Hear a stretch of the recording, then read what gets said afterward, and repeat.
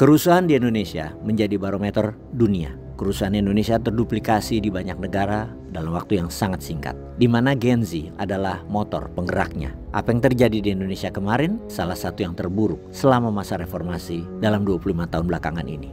Demo yang menguji kepemimpinan Pak Prabowo yang baru berkuasa 11 bulan, di mana Pak Prabowo terang-terangan akan membersihkan masalah korupsi yang salah satunya bukan hanya menarget mantan pejabat, namun pejabat saat ini juga para oligarki di Indonesia.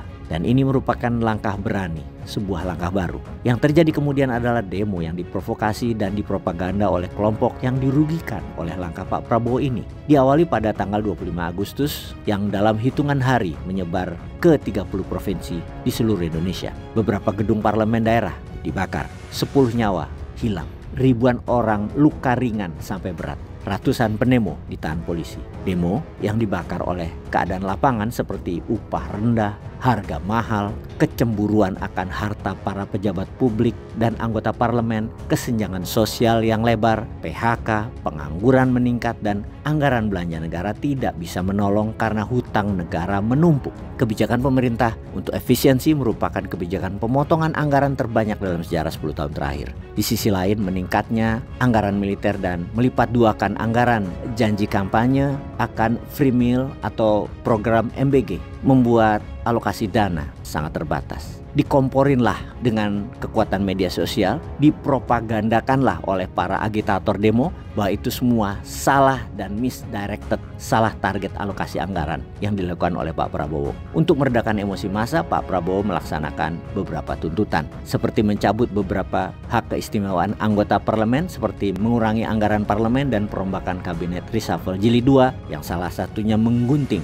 tokoh keuangan yaitu Ibu Sri Mulyani. Penggantinya Pak Purbaya langsung bertindak dengan penggelontoran dana ke 5 bank utama Indonesia sejumlah 200 triliun rupiah yang bisa membuat perputaran uang di masyarakat dalam 6 bulan ke depan senilai 1.000 triliun, di mana hal ini merupakan tugas para bankir tentunya dan penerima kredit seperti para pengusaha dan para UKM. Bukan hanya penggelontoran uang segar, Bank Indonesia pun memotong suku bunga yang memberikan perubahan arah kebijakan ekonomi Indonesia hanya dalam semalam.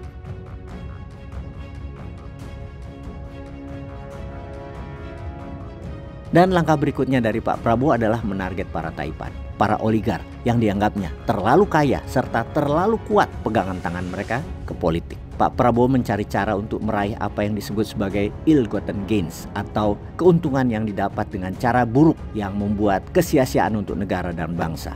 Langkah beliau pertama adalah pengambil alihan kebun sawit yang mencuri tanah negara seluas lebih 3 juta hektaran, di mana Satgas Sawit di bawah Pak Menhan telah melaksanakannya dengan pengambilan alihan lahan-lahan tersebut. Kemudian penambang liar sekarang yang luasnya sekitar 4,2 juta, di mana Satgas berikutnya akan mengambil balik lahan-lahan tersebut yang selama ini dirampok bohir dan para taipan, penjahat lingkungan, dan hasil kekayaan alam Indonesia itu. Tentunya membuat banyak para elit di jajaran atas, para taipan, pengusaha jahat yang selama ini dilindungi aparat dan politikus mulai marah di balik ketakutan mereka. Untuk menjalankan kebijakan tersebut, terpaksa Pak Prabowo mengenyampingkan peran mantan presiden yang paling banyak punya orang sebagai kaki tangannya di pemerintahan Pak Prabowo agar kekuasaan dan kekayaannya selalu terjaga tentunya. BUMN yang dipegang geng Solo pun digeser ke Danantara kekuatannya dan operasionalnya oleh Pak Prabowo. Itu semua demi membuat Indonesia baru dan arah kebijakan pemerintahan Pak Prabowo yang baru. Kita juga tidak heran dengan adanya pemodal demo.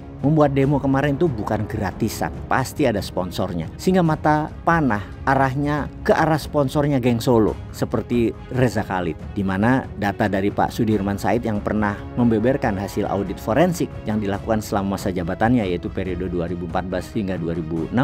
Audit tersebut menunjukkan bahwa 70% kontrak migas diberikan kepada perusahaan-perusahaan yang memiliki keterkaitan erat dengan Reza Khalid. Audit dilakukan secara menyeluruh dan kredibel, mencakup data komunikasi internal dan transaksi yang mengindikasi adanya perlakuan khusus di luar prosedur resmi resmi, di mana kemudian dokumen hasil audit telah diserahkan kepada KPK dan salinannya masih tersimpan di Kementerian SDM maupun Pertamina. Pembuktian lain lagi bahwa Riza Khalid dekat dengan Pak Jokowi. Pak Sudirman Said pernah menceritakan pengalamannya saat menanyakan langsung kepada Presiden Jokowi waktu itu mengenai kehadiran Riza Khalid sebagai tamu VVIP di pernikahan putra sulung Presiden, yang Jokowi menjelaskan bahwa tamu tersebut hadir karena membeli undangan, bukan atas undangan resmi dari pihak keluarga. Oke, apapun alasannya, ya nggak tahu, kok tanya saya.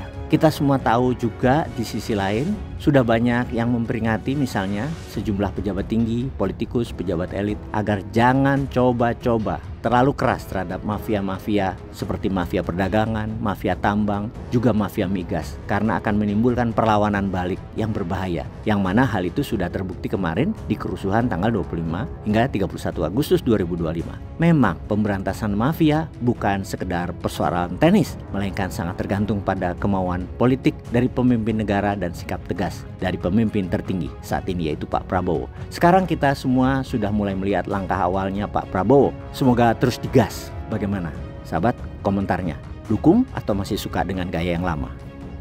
Peace.